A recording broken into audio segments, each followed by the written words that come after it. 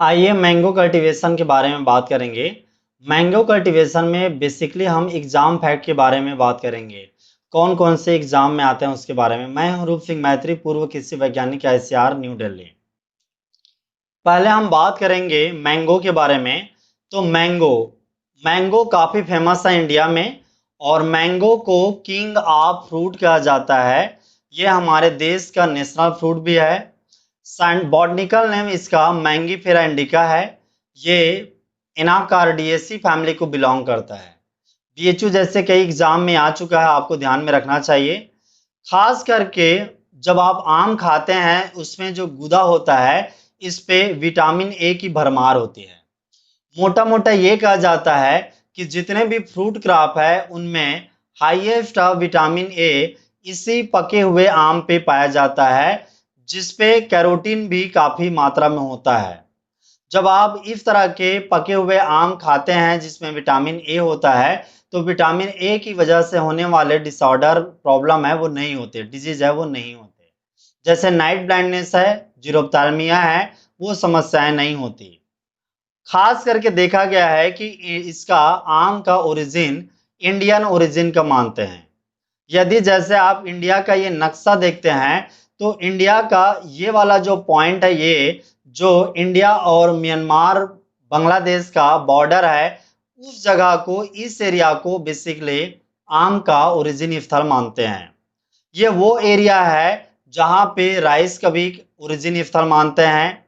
इस एरिया को पूरा एशिया के हिसाब से देखें तो ये साउथ ईस्ट एशिया पड़ेगा। आम कहाँ कहाँ खेती होता है ये जानने की कोशिश करेंगे, तो पूरे संसार भर में आम की खेती मेनली इंडिया में खास होती है, और इंडिया इसके उत्पादन में पहले दर्जे पे आता है। इंडिया के अंदर देखें तो उत्तर प्रदेश है वो आम की खेती के लिए सबसे जाना जाता है।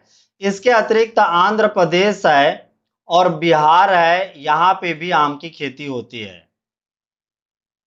अब बात करेंगे आम के पौधे के बारे में। आम का पौधा एक पेड़ होता है, ट्री होता है, पेरेनियल नेचर का होता है। उस पे फ्लावर उसके अंतिम भाग में टीप में लगता है, तब उसे टर्मिनल इन्फ्लोरेसेंस कहते हैं बॉटेनिकली। इस तरह का इसका फ्लावर दिखता है। आप देखे होंगे सरस्वती पूजा के टाइम में भी काम आता है हिंदू रिलीजन के आधार पे। इसका आप जो फल देखते हैं जिसे खाते हैं बड़े चाव से, इसे बॉटेनिकली ड्रूप कहते हैं। इस तरह से जो गुदेदार उसके अंदर में मटेरियल होता है, इसका ये गुदा वाला हिस्सा, ये वाले हिस्से को मीजोकार्प कहते हैं। यदि आप एक फल को देखते हैं ड्रूप को इस तरह का, तो इसके अंदर में इस तरह का गुठली होता है। गुठली के अंदर जो सफेद पोर्शन होता है, सफेद वाला पोर्शन सफेद कलर का, वो इसे कहते हैं एंडोस्पर्म। ये इसका सफेद कलर होता है, ये सीड का भाग होता है। इस गुठली जिसे सीड कहते हैं, इसको स्टोन भी कहते हैं। और इसके चारों तरफ में एक छोटा सा कोट होता है, उसे सीड कोट कहेंगे। उसके बीचों बीच में एक नाभिनुमा होता है, उसे एम्ब्रायो कहते हैं, जो बाद में पेड़ में या पौधे में तब्दील होता है, यही एम्ब्रायो। यदि आप बाहर के गुदा की बात करें, तो जो बाहर का छिलका होता है उसे एक्सोकार्प कहते हैं। बीज का पीला कलर का गुदा होता है, पल्प होता है, उसे मीजोकार्प कहते हैं। और अंदर में एकदम पतला सा चिपटा हुआ एक पोर्शन होता है, उसे इंडोकार्प कहते हैं। और सारे कार्प मिल के पेरिकार्प बनाते हैं। आम में हम देखते हैं कि आम में पॉलिनेशन है, कि एक फ्लावर से दूसरे फ्लावर में पॉलन ग्रेन पहुंचते हैं इस घरेलू मक्खी की वजह से, हाउस फ्लाई की वजह से। एग्जाम में आता है, याद रखना है। क्रोमोसोम नंबर आम के पौधे का 40 होता है, ये इस तरह का 2n। और आप देखेंगे कि आम बाय डिफॉल्ट मोनो इम्ब्रायनिक है, यानी कि आम के गुठली में एक इम्ब्रायो होता है और उससे एक ही पौधा होता है। आज के समय में कई ऐसे वैरायटी बनाए जा चुके हैं जो पॉली एम्ब्रायनिक इन नेचर हैं, यानी कि एक गुठली में कई इम्ब्रायो होते हैं और कई इस तरह के पौधे निकलते हैं।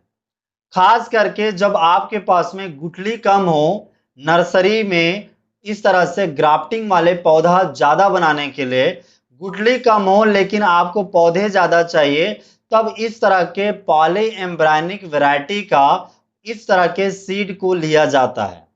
नर्सरी मैनेजमेंट में खूब काम आता है। पॉली एम्ब्रायनी और पार्थेनिकार्पी में अंतर समझिए। पार्थेनोकार्पी जब बीज में गुठली नहीं होता, सीडलेस हो जाता है, तब उसे पार्थेनोकार्पी कहते हैं। लेकिन पॉलीएम्ब्रायनी में इम्ब्रायो ज्यादा होते हैं जिससे कि पेड़ ज्यादा आते हैं। तो इस तरह से कंफ्यूज नहीं होना है। आगे कंटिन्यू करने के लिए आप एग्री कोचिंग ऑनलाइन के एप्लीकेशन में जा करके डाउनलोड कर लीजिए गूगल प्ले स्टोर से, और वहां से देखिए सारे क्लास आपको देखने को मिल जाएगा। Thank you.